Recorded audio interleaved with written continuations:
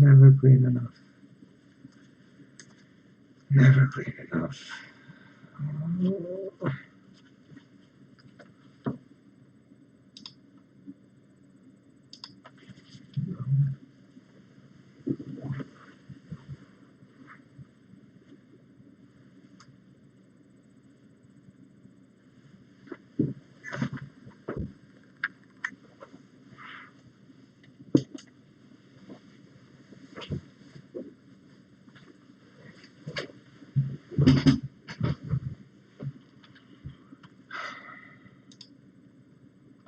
Three people, good.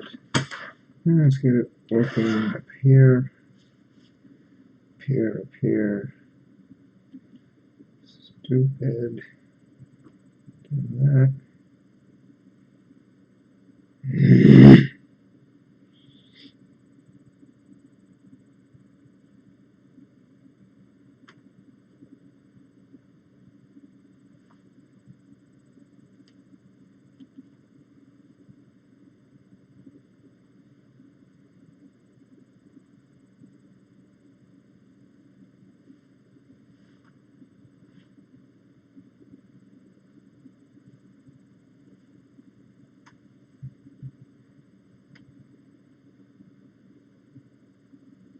This is not going to work, is it?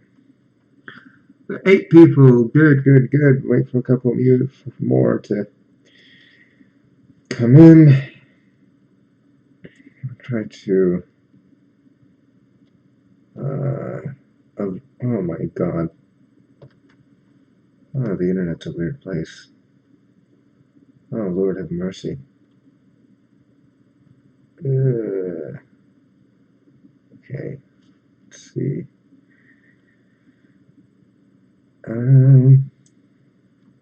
This will work. No. This will work. This will work. Wait, a few people come. There we go. There's this.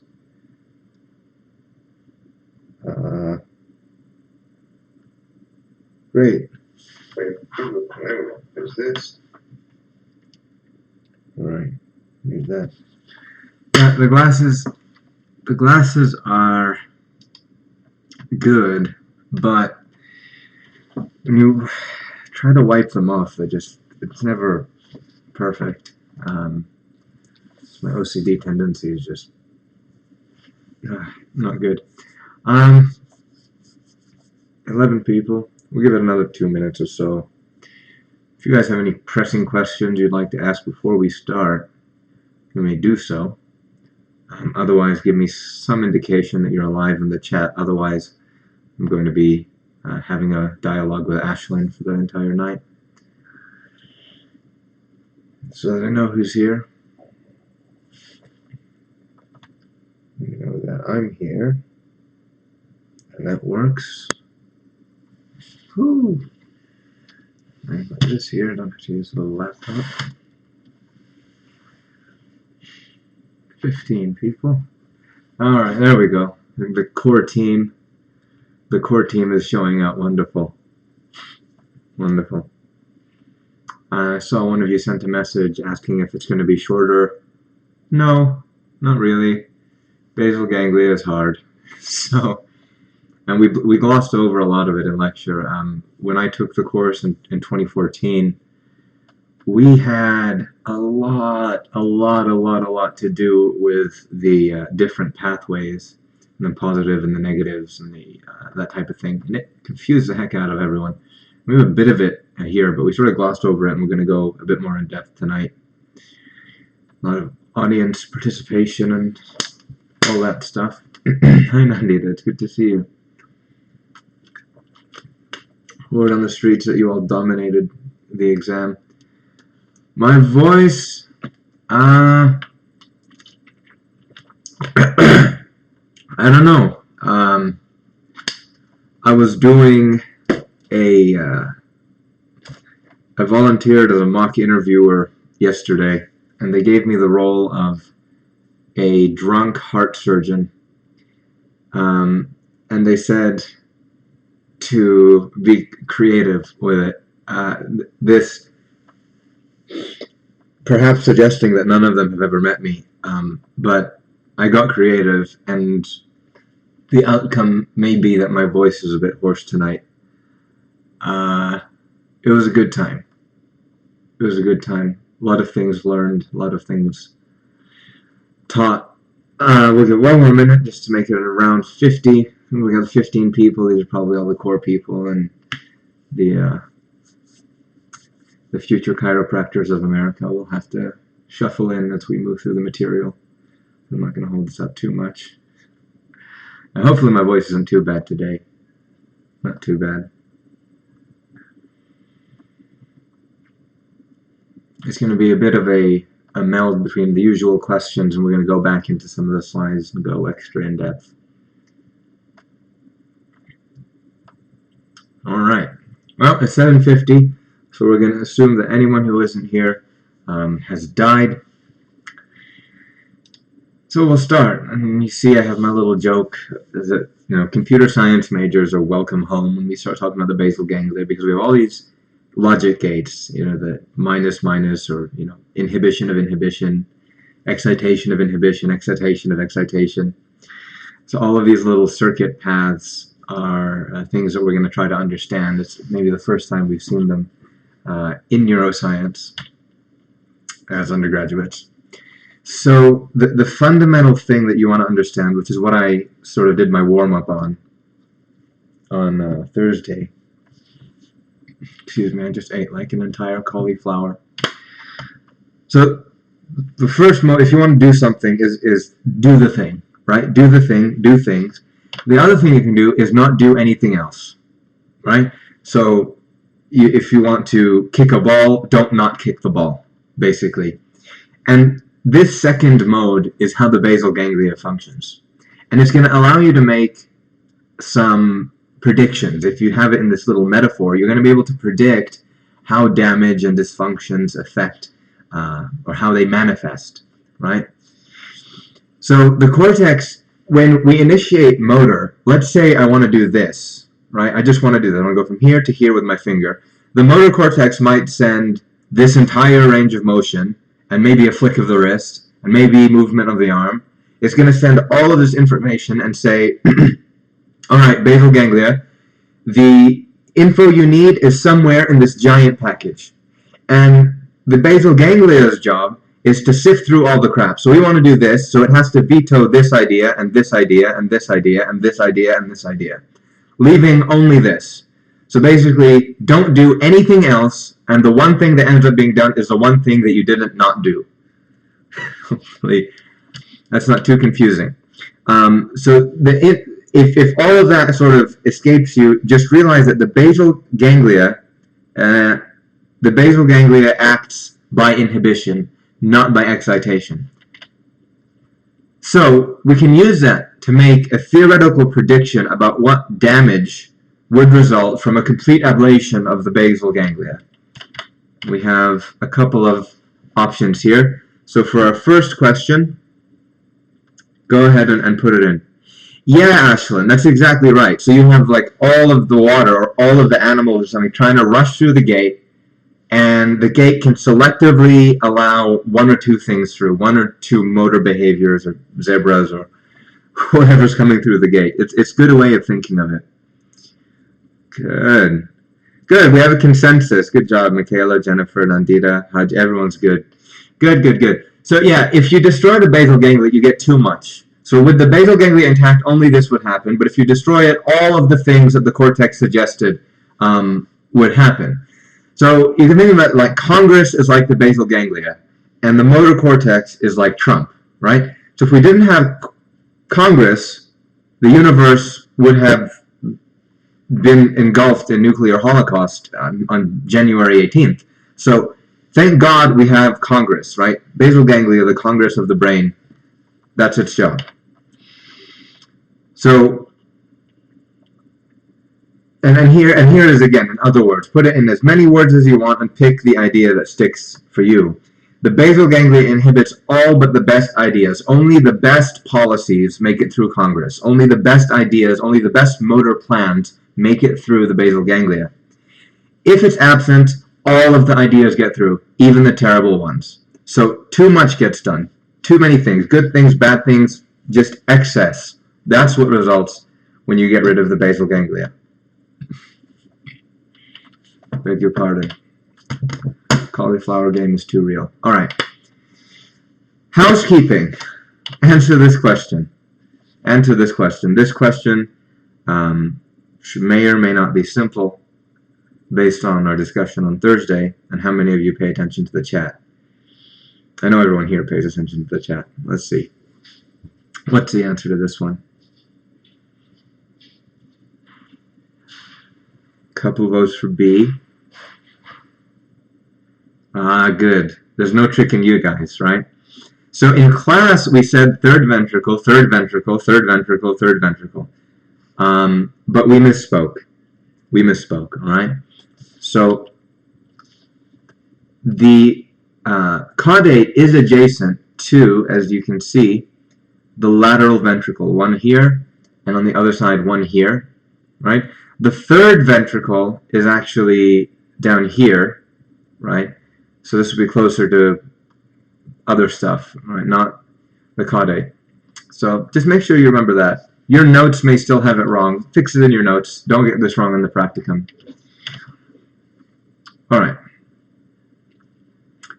Now, we mentioned this in class, that whatever brain structures develop later in evolution, those things must be modifications to the old. And whatever comes first has to be the most important thing, the sort of the constitutive function of that anatomical unit.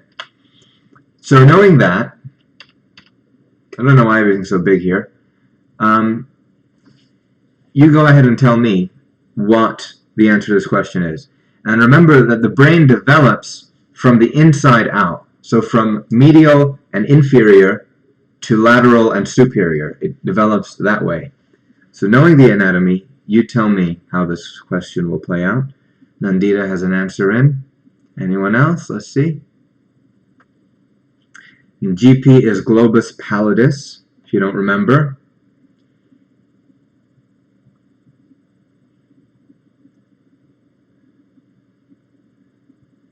Good.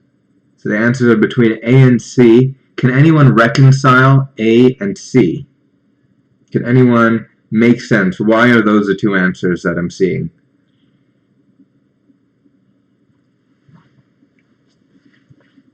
And we will talk about it shortly, but I want to see if anyone remembers a little bit of terminology here. Yeah, pretty much. Pretty much. The paleostriatum is the globus pallidus, and the caudate and putamen make up the neostriatum. So A and C are correct. They're the same answer. And you're completely correct. And Dr. Miller mentioned in class, the globus pallidus is what you would think of as the brake. And I would go even further and say that the globus pallidus part interna, or the medial part, is the main brake. And caudate and putamen are modifications to it. And here we see this image that we saw. So we have the basal ganglia overall. Don't worry about the amygdala right now. We didn't talk about it on Thursday, and I don't want to talk about it right now. For all intents and purposes, the corpus striatum is the basal ganglia. That's what we're talking about right now in our class. We have the neostriatum and the paleostriatum. You know that paleo came before neo. Neo means new, even if you don't know what paleo is. Neo is new. So the paleostriatum must be the main function. So the globus pallidus has the main function of the basal ganglia, which is inhibition. It's the main brake. And then we modify that with the caudate and the putamen, or the neostriatum, which is what we just spoke about. And that's all that we spoke about here. So the caudate and putamen together form the neostriatum, right there. And the globus pallidus is also, together with the putamen, form the lenticular nucleus. I have not seen this emphasized too much, so I'm not going to talk about it that much. But from this slide, you would know that putamen and globus pallidus, lenticular nucleus, and you should be good. Subthalamic nucleus, think of it as a whole different thing, because as you can see, it's neither neostriatum nor is it paleostriatum. It is a functional member. It's a functional member, sort of like, you know, you have a company, you have all the people who show up to work there every day, but you might have a functional member, which is like the guy who does your bookkeeping who works across town, right? He's a member, but not really, and that's sort of how the subthalamic nucleus is related to the basal ganglia as a whole. Anyway, and we're going to talk about this quite a bit today. All right.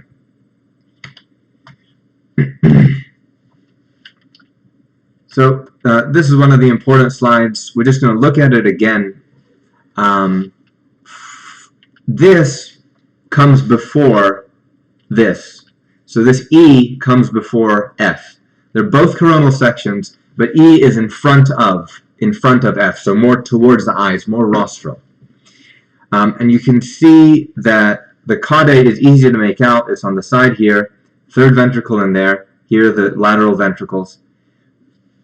And if you want to memorize it from the inside out, you can think of it as caudate, then putamen, and then you have the basal forebrain nuclei on the bottom.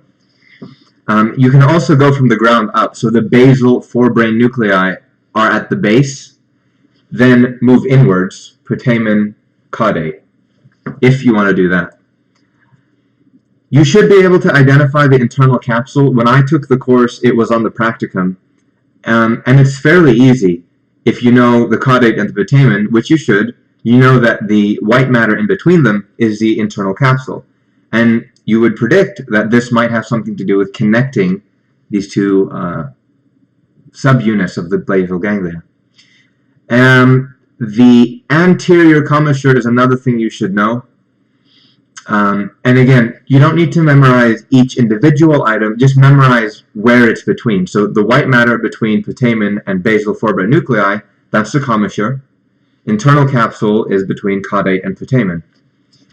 So you can remember it relative to the important players, and I think that's a bit easier. It's kind of a more successful strategy than trying to brute force memorize everything as a discrete point. Always relate it to surrounding structures, just like you guys did in brainstem, and you guys did a great job on that. Now for this image, we just moved slightly back. So what disappeared? Look at the optic chiasm, which is sort of forward back here.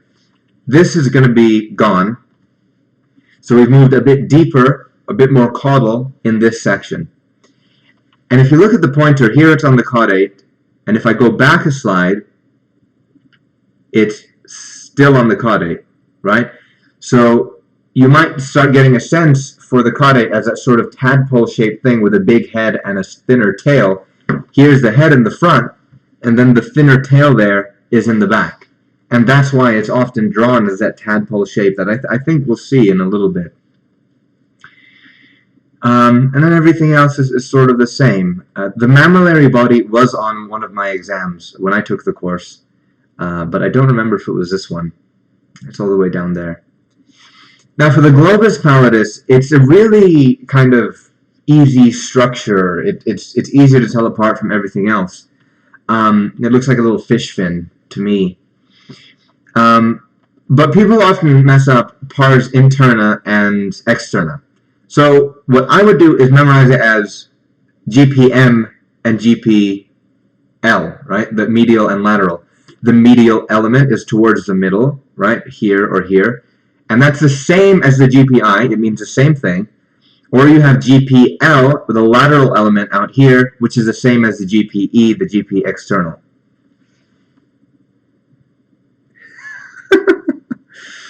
Great. Right. So I just wanted to show you these again because it helps to see them for the practicum. And if we have questions, please leave them in the chat. And we're going to move on to a question. All right, so we have a short question here. We already kind of went into it. Let's see what you guys think. Make sure you're still awake. The Hulk seems to have joined the chat. Interesting.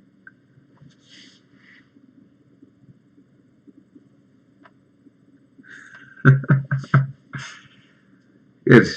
But back to the more basic English. You're staying awake, staying alive. Very good. A is correct. Good. Very, very good. So you guys won't miss that. And the key thing is to know that the globus pallidus is medial and lower, right, above the basal forebrain nucleus, but still middle and down. The caudate is next to the lateral ventricles, and that's half the battle. Then all you need to do is know where the putamen is. So you use these easy landmarks, or easy topographical designations, and that's half the battle when you're studying for the practicum. Next question.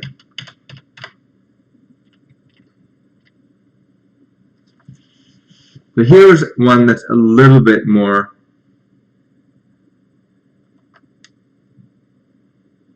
let's see, how do I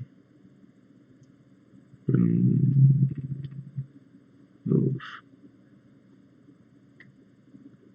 And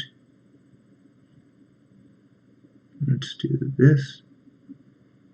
Good. I don't know who that was, but they've been banned. So let's see. So yes, A and whoops. So A is supposed to say it's supposed to say pars compacta, but yeah, they are the same. So definitely, we're thinking something in the substantia nigra. So the answer has to involve C. But there's a specific part. Maybe I didn't do a great job of writing this question. So I'll go back to the slides and show you.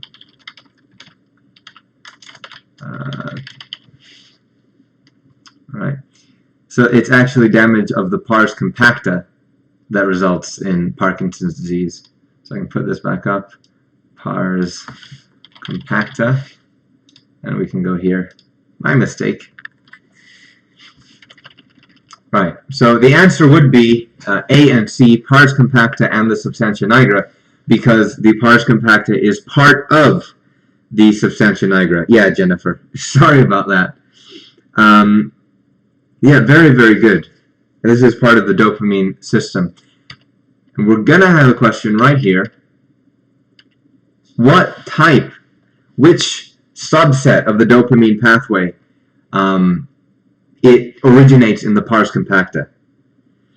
So yeah, E was the answer to question 1. So what's the question to answer 2? Answer to question... I think I have some brain damage myself today. But let's go on with question 2. Any ideas?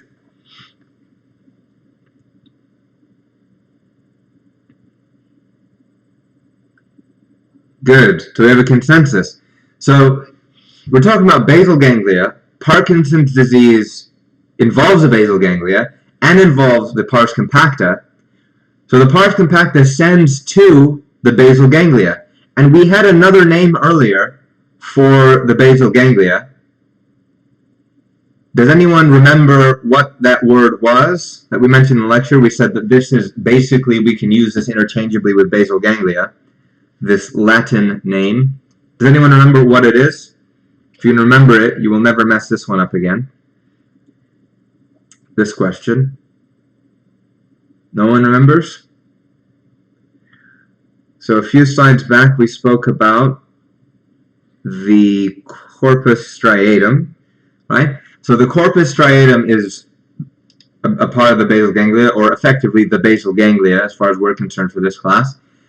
And so if you remember it that way, mesostriatal must be from meso, middle, midbrain, where the substantia nigra is, to the striatum. So the answer is C. The dopamine pathway involved in Parkinson's, involved in the basal ganglia, is the mesostriatal pathway. Good. Megan, Jennifer, very good. Yes, awesome. Yeah, the stream delay seems to be really on point today, so I'm going to have to deal with that. And all of these are other pathways, except this one. Or maybe it is. It is dopamine, after all. What is this? What is this? I want to hear, number one, what is this entire structure? This entire middle bit here? What is this dark spot here? And what is in the square? Let's see who remembers your brainstem anatomy. And there are no answer choices. Good. So Haju, you got the yes. What's in the box is the substantia nigra. It is the black stuff, and as you can see, this is an actual brain, an image of an actual brain, like a selfie of a brain. And this is what it actually looks like. And if you've been to the reviews, they actually brought a couple of brains in some of the live reviews for you guys to check out. We did that when I took the class in 2014 as well, and you can actually pick it up and see the substantia nigra. But what section of the brain are we in here? This whole thing. I'll give you a little hint to look at this and realize what part of the brain this is. But this whole sort of Mickey Mouse shaped thing. Yep, that's the midbrain. That is the midbrain. So what is this black spot on the top? What is this black spot, this sort of eye on the top, if we're in the midbrain? It helps because you never know what type of section you're going to get on the practicum, and it helps you to localize things if you can tell easy structures apart. So in the midbrain we have the substantia nigra. No one knows what this is. Yeah, good. Man, the stream delay is huge today. It is the cerebral aqueduct, or yeah, it's the aqueduct. So CSF would pass through here. Very good. So this image just zooms in a little bit, and we have a stain. We have a stain here, and we're able to see the axons in black and dark, and these are the cell bodies. So the compact part here are all of these nuclei that show up, and the compacta, remember, that is the nuclei, and the pars reticulata would be the axons, right? So this is just, you're able to see it. You might remember that this is a red nucleus. You should remember what that is, because when we do motor pathways, that's important. It could still be on a practicum. And that's really the main thing I would remember here. Anyway. Good, good, good. Now here we have a bit of a different type of question. I'm going to put a couple of these on the screen. We're going to do one at a time. And I want you to put in the chat whether or not the arrow represents an excitatory signal or an inhibitory signal. And this is going to form our basis for looking at the specific circuits within the basal ganglia and their dysfunctions, which is what we're going to spend the second half of our time doing here. Very good. So you guys picked up on it very quickly. So this is positive plus, this is excitatory. So from the cortex to the basal ganglia is an excitatory signal. So let's move on to the next one. What type of signal are we going to get from the basal ganglia, from the GPI or GPM to the thalamus?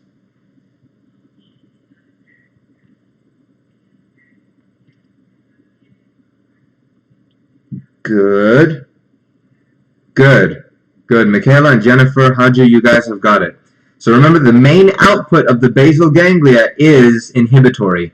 And the main thing that is outputted to is the thalamus. So from basal ganglia to thalamus, you have an inhibitory signal. Which brings us to our next point, thalamus to cortex. So what type of signal is going to go from thalamus to cortex? And we'll go way in depth into the different parts of the thalamus when we do the thalamus shortly in class. But if we think of the thalamus as a unit, what type of signal? Mother-in-law signal. Very good. Yeah, you guys are correct. It is excitatory. It's an excitatory signal. So the cortex gives you all of these great ideas. The basal ganglia throttles them and sends the best ones to the thalamus. And the thalamus sends those back to the cortex and say, hey, this is what we decided to do. That's another way of thinking about it. How about this? The pyramidal system in general. The pyramidal system in general. All the way from here to the muscles. Positive or negative?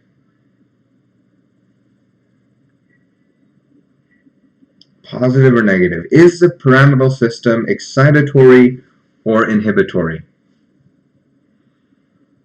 And here's your hint. The basal ganglia are extrapyramidal, not pyramidal. Very good. Good. So you all picked up on that. Good. Haju, Jennifer, Michaela, awesome. So the pyramidal system is excitatory. And as we saw, if we damage the the primary motor cortex, if we damage the red nucleus, if we damage the corticospinal tract, the decussation of the pyramids, all of those, we're going to get weakness, right? We're going to get less motion, less innervation of the muscles, but less signal to the muscles than we would if it were intact. So that is why the pyramidal system, we would predict it to be excitatory, and we're correct. And you should already have an idea of what the answer to this last one is. Basal ganglia is a huge component of extrapyramidal, and we're going to talk about the cerebellum, I think, this week. So you guys tell me, is it extrapyramidal system excitatory as well, or is it inhibitory? And it may seem, wow, this is really, basic stuff, but there's many different ways you can be asked the same question on the exam. And if you've seen it before, it's going to help. It's going to help. Very good. Nandita, Jennifer, Ashlyn, nice. I see, Ashlyn, I told you didn't miss too much. Mother-in-law, yep. If you get the mother-in-law metaphor, you get it. You get it. Good job. So yes, it is inhibitory. Extrapyramidal system functions via inhibition. So if we lesion the pyramidal system, we know we're going to get too little motion. So if we inhibit the extrapyramidal system, if we inhibit the inhibition, if we cut the brakes, we're going to get too much movement, too much motion, too much excitation. That is a key point you want to have in mind for the exams. Yeah, it does. It really does. All right. So let's look at this image. And we're just going to do some naming of parts, right? That's neuroanatomy, we said the first day. Now we have the naming of parts. So 1B is the caudate. So if this is the caudate, please tell me what this white shape is here. What is this white shape? One day, the aliens will land and share with us their technology of non-laggy streams. Oh, Ashlyn, I use the metaphor brakes. Dr. Miller uses mother-in-law as like nagging. So the pyramidal system says go, go, go, and the mother-in-law is sitting there nagging, saying, no, you can't do that, don't do that, don't do that. So Megan thinks of it that way, and so does Dr. Miller. Very good. This is the lateral ventricle, and this is the caudate over here. Now I want you to notice that these green arrows are excitation. They're excitation. So from the primary motor cortex, for the efferent from the primary motor cortex is going to the caudate, and it's also going to this thing here, 1A. So someone hazard a guess. What is 1A? What is 1A?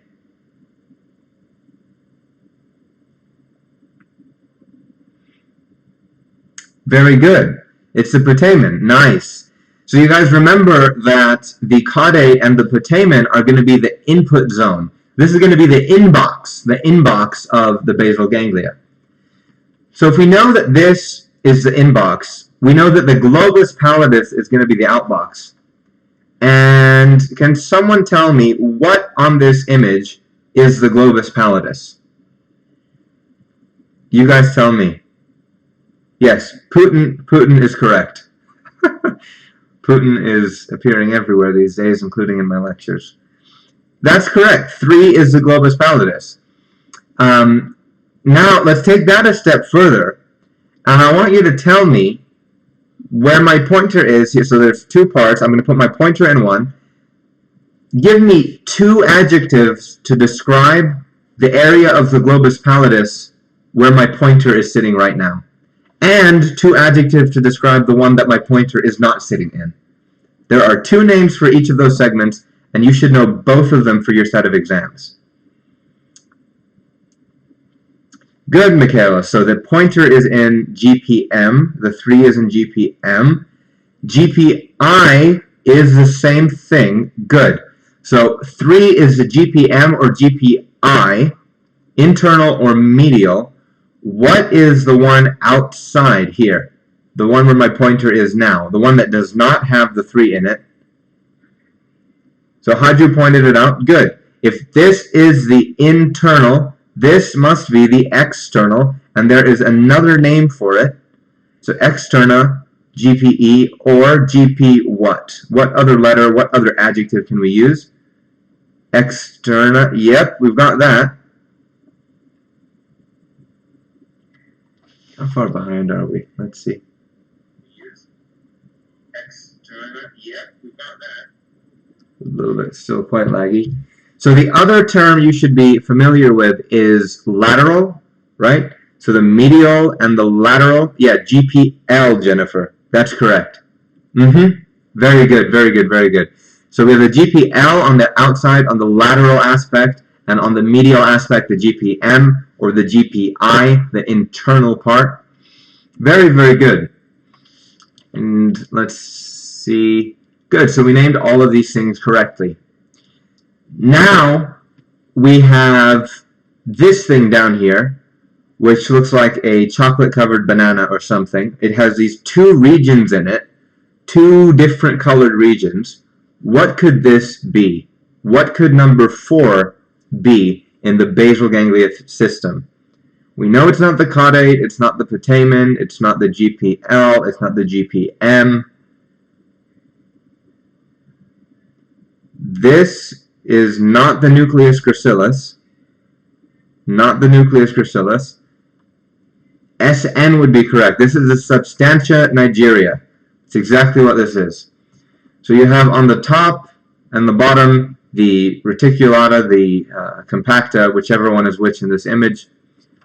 Let's see if I... Yep, compacta on top and reticulata on the bottom. And this giant thing over here, very easy to tell apart. You have your caudate up here, putamen, globus pallidus. You have this other thing that's really big and really medial. It's way bigger than whatever this is and way bigger than substantia nigra. This must be the thalamus. And you will be asked what that is on your practicum. I can almost guarantee it. You'll also likely be asked what this thing is, this number 2, that's sitting beneath the thalamus. So what are we going to call number 2? Give us a name for number 2. Subthalamic. Very good. That is a very good name for it. That is the subthalamic nucleus. Very well done. All right.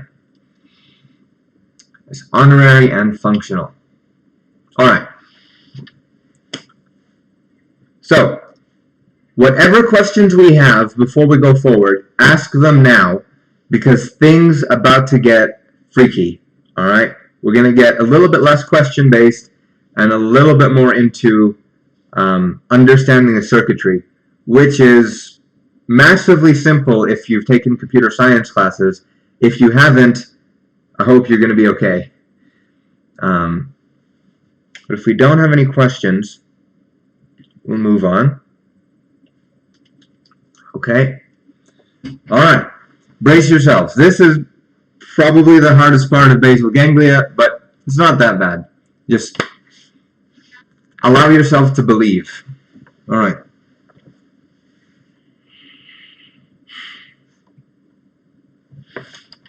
So what we spoke about here is that the direct path in general, the overall function, is to inhibit the GPI. The indirect path is supposed to facilitate or potentiate the GPI. So direct is to inhibit it, and indirect is to facilitate it. Wait a second. The GPI is the output of the basal ganglia. So what you're saying is there are paths within the basal ganglia that either excite the GPI or inhibit the GPI. Yes, there is. Remember, as we go through what we're about to go through, number 1, that this is not the end, and number 2, GPI is always going to be inhibitory. It is going to inhibit the thalamus. And how much it does that is going to depend upon what pathway we're looking at and what pathway is predominating. All right. So, step by step, one step at a time. please, please, please, whenever you have questions, ask them at once. Don't allow yourself to get lost. We've lost several people already who got bored on the easy part, and they will fail all of these questions on the exam, and I will laugh. Alright, so for those of you who are soldiering on, we're going to start at the cerebral cortex. We already decided that cerebral cortex to striatum, the inputs, the caudate and putamen, are excitatory. Okay? And if you disagree with that, tell me in the chat right now. We know that the striatum is going to have GABA neurons, right? It's going to be inhibitory. In general, you can assume that the blue is glutamate, excitatory, and that the red is GABA. We won't get way too complex. With dopamine, you can be excitatory or inhibitory. Dopamine is more complicated, but that's okay. If you remember the two main players, dopamine can do one of two things, and we'll look at both of those two circumstances separately. So step one, we excite the striatum. In the direct pathway, here's why we're calling it direct. No, Haju. Glutamate is going to be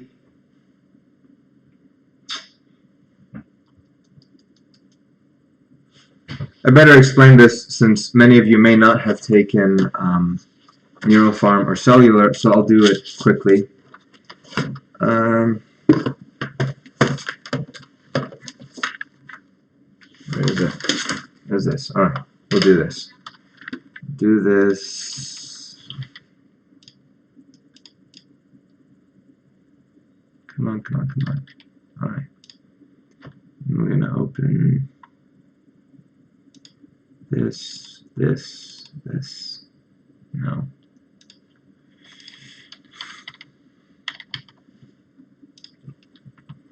Alright. So open this up.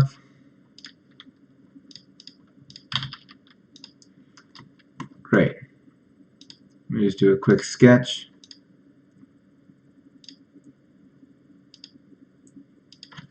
Okay, so we have, let's say, a neuron here, and if any of you are artists, please forgive me for what's about to happen to you. This is a neuron with an axon. Oh my god. Okay. And let's say that this is a glutamate neuron. It's a glutamate neuron, and so there's another neuron on, very funny, another neuron on this side, and we'll draw it in a different color. Let's draw it in, what, green? Green will do. Let's draw it in green. This neuron, okay, on its dendrite, receives a signal at glutamate receptors, and glutamate receptors are going to, you guys have to stop that, you're being too mean. So the glutamate receptors are going to signal sodium influx, and so this cell is going to become excited. This cell will be excited. And that's why glutamate is an excitatory neurotransmitter. Now, this cell will go on, and it has a cell body over here, and the cell body sends out an axon. But let's say that this cell is a GABA neuron. It's a GABA neuron. Okay? So this one will communicate with GABA, and it will connect to... This is really, truly pathetic drawing, even for my standards. I'm so sorry that you guys have to go through this. All right. So it's a GABA neuron, and whatever this neuron is, GABA or dopamine or whatever else, the GABA receptors are going to signal inhibition. So this cell will become inhibited overall. So what might happen, if we're talking specifically about our pathway that we're talking about from the cortex, this would be cortex, which excites an inhibitory neuron So this green thing is an inhibitory neuron. Inhibitory neuron. And the inhibitory neuron would be in the striatum. And in our case, we would be talking about this neuron inhibiting the purple thing, which would be a GPI neuron. Okay? And then in this case, we know that the GPI would be a GABA neuron. It would be an inhibitory neuron that's going to go out to the thalamus. And so by exciting this inhibitory neuron, we have inhibited inhibition, and that results in excitation at the thalamus. So if you haven't taken cellular, hopefully that helps you a little bit. But we'll go back to the slides now. And please do ask questions if they persist. For those of you who are making fun of my artwork, I will find you. All right. Okay, so neurons from the cortex, which are likely glutamate neurons, excite these GABA neurons in the striatum. And so by exciting inhibition, what gets inhibited? The GPI will get inhibited. This is called the direct pathway because it bypasses this. So to reassure me that none of you have committed suicide upon being exposed to my artwork, someone please tell me what this GPE is. What is it that's being bypassed in the direct pathway?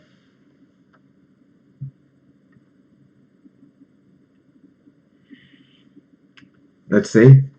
Short-term memory, anyone?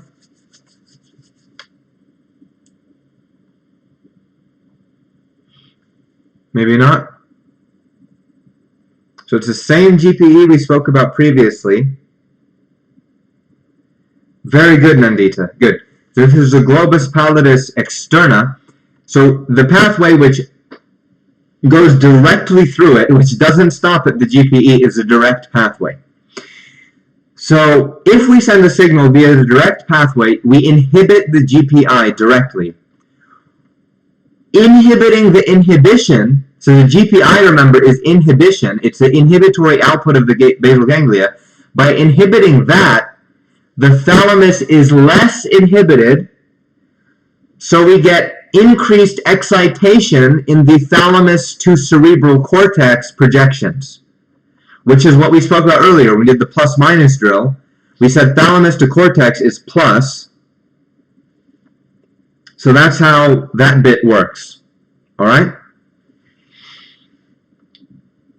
Now, we have this substantia nigra pars compacta sending dopamine signals to the direct loop. Are they excitatory or are they inhibitory? Yes. There's both. It's a modulatory neurotransmitter and it does complicated things. We'll talk about it a little bit more when we talk about the diseases shortly, but you don't need to worry too much about that. Just know that it is both and what it does in each pathway. So in the direct loop here, it's communicating with the striatum, and if it's excitatory, we know that we're going to get more inhibition of the GPI, so less inhibition of the thalamus, so increased inhibition. And the net effect of everything going on here, everything that's written in black, is increased excitation from thalamus to cerebral cortex. Whatever questions you have, please ask them. This is a very weird thing to teach and to learn. So now we go to the indirect loop, and instead of the direct loop, which really just gets to the point, skips over whatever it can skip over, this is going to stop everywhere and accrue complexity. Yeah, it is. So we start again at the cortex. We excite the striatum. The striatum is inhibitory, but in this case, it does not bypass the GPE. The striatum will inhibit the GPE, and the GPE inhibits the STN. So again, we are inhibiting inhibition to produce excitation. But in this case, the excitation is of the subthalamic nucleus exciting the GPI, and the inhibition is the GPE on the STN. So you should be able to follow this diagram and go striatum inhibits inhibition, so the net result is excitation of GPI because of these two logic gates here. All right? Now, we have excited the GPI by inhibiting its inhibition due to the signal from the cortex. So the GPI will inhibit the thalamus more. It'll inhibit the thalamus more. So the thalamus will excite the cerebral cortex less than it would without this signal. So the net effect of sending a signal into the indirect loop is to decrease the degree of excitation of the thalamus upon the cerebral cortex. Then we have the neurons from the pars compacta, which inhibit the inhibition of the inhibition of the excitation of the inhibition. So if we follow that, what they're doing is increasing inhibition of this, which does not increase inhibition of this, which means that if this pathway is signaling indirectly from the pars compacta, you get less inhibition of the thalamus. That is the net effect of this whole loop here. Okay, so whatever questions you have, please ask them. It's okay.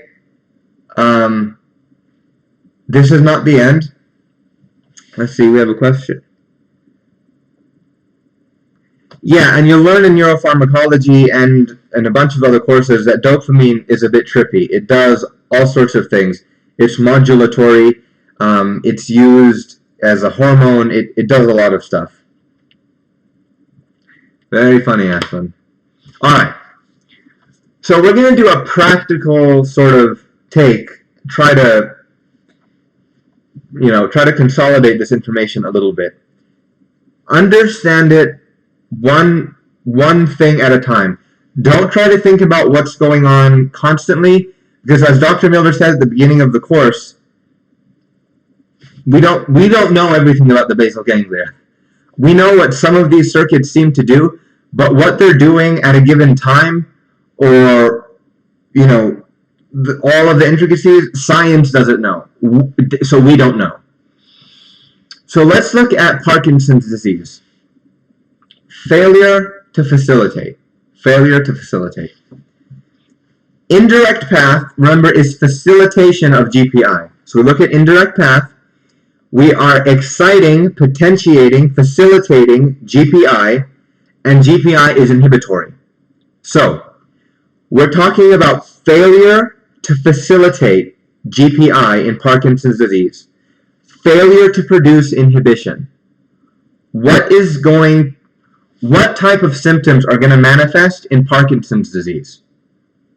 Are we going to move too much or too little based on this information here in Parkinson's disease? Remember, it's basically Parkinson's disease is cutting this blue line here. Are we going to get more motor behavior or less motor behavior?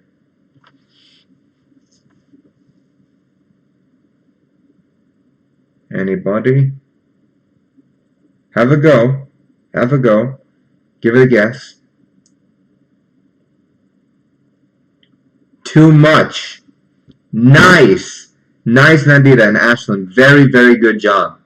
Good job, Jennifer. Good. So as you can see, if we don't inhibit, we don't turn on the inhibition, we don't inhibit, we get too much excitation, too much movement, and that's what you see in Parkinson's disease. Okay?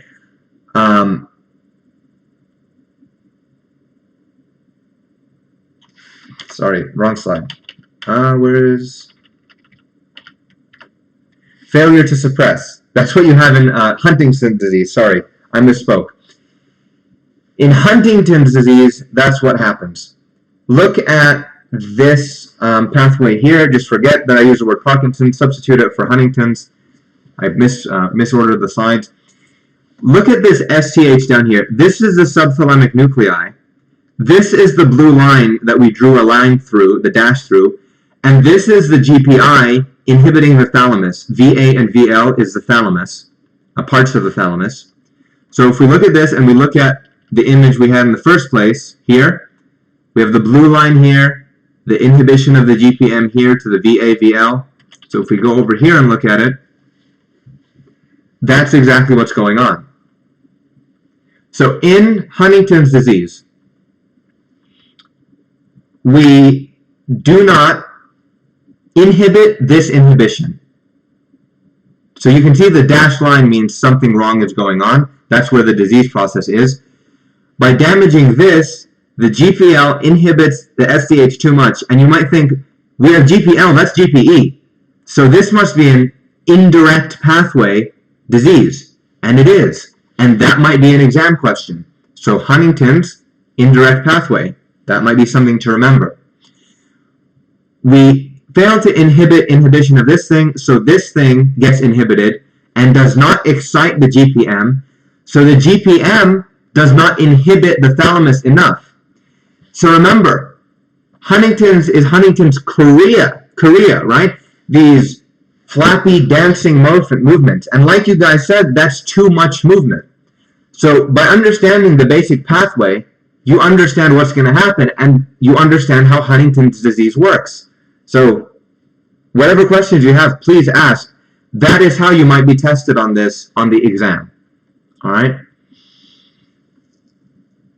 Okay. So now we look at Parkinson's disease, which is going to be the opposite. Okay? So not even looking at this trippy part here on the left, we see that this GABAergic interaction, the direct pathway, right? We see that the direct and indirect are both being represented here, but the direct pathway is not inhibiting the GPI. So the GPI outputs too much of its signal to the thalamus. Now, if the GPI is outputting too much, do we get less behavior or more behavior? Just based on that one piece of damage right here, and what I just said, are we going to get too much or too little behavior, too much or too little activity in Parkinson's disease?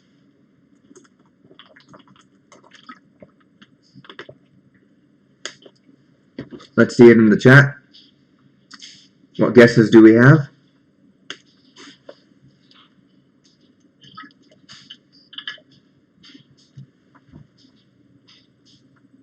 No ideas? You all passed out? Too complicated? So the answer here would be too little. Too little. I assume that you guys are blacking out a little bit. That's fine. So based on damaging this pathway, we're going to see too little activity because we have too little or too much output of the GPI. If we go from the GPL and we damage this, we have too much activation of the GPM. So either way we go, we are either not suppressing inhibition or we are exciting inhibition. The output is too much inhibition to the thalamus, and that's what results in the hypokinesia, the diminished postural responses in Parkinson's. Hypo is key. That is exactly correct. Very, very good. Very good, Ashlyn. All right. Ashlyn is still alive. You should know that resting tremors are the hallmark of Parkinson's, and that Huntington's results in chorea. And I won't go too much into this. I am going to stop there because you guys started to pass out, and I think we lost like 6 people over the course of the night. So this exam is going to be great. But before I sign off, please ask any questions you have. I know this was a bit of a complicated lecture, so what have you got? Any questions are welcome. And I'll stick around for another couple of minutes if there aren't any, and you're free to leave if you haven't any questions. And thank you for coming and sticking around, those of you who did.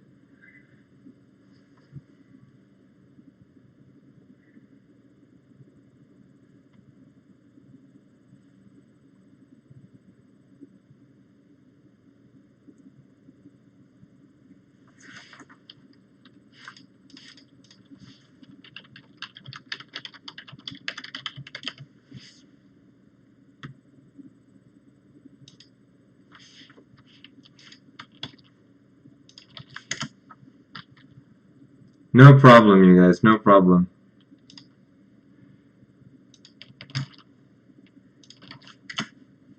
I mean, there's research going on everywhere, all the time, about everything. And really, you just Google it and a bunch of it will pop up. But I don't know. Like, if you're asking comparative to, like, cancer, comparative to research on how Donald Trump's haircut influences the emotional stability of his electorate, I don't know. There's probably a lot more stupid research than there is smart research in the world, but I'm sure there's quite a bit. I'm sure there's quite a bit. Good question. If you're interested in it, I have actually, I don't know anyone who's researching the basal ganglia at UTD. We might have someone, but I'm not sure. Comparative, I'm not sure. Yeah, no problem, Ashlyn. And you're welcome to all of those of you who said thank you. I appreciate it. Thank you for coming. Thank you for working so hard on this course. If there are any other questions, they are welcome. Stream delay was really bad tonight. Stream delay was crazy.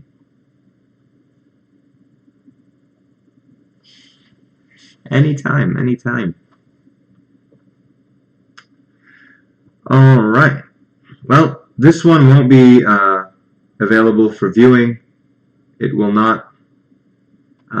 So glad to see those of you who came. Good luck studying, and I'll see you in class on Tuesday. Thank you very much. Have a good weekend. Sunday night, rather.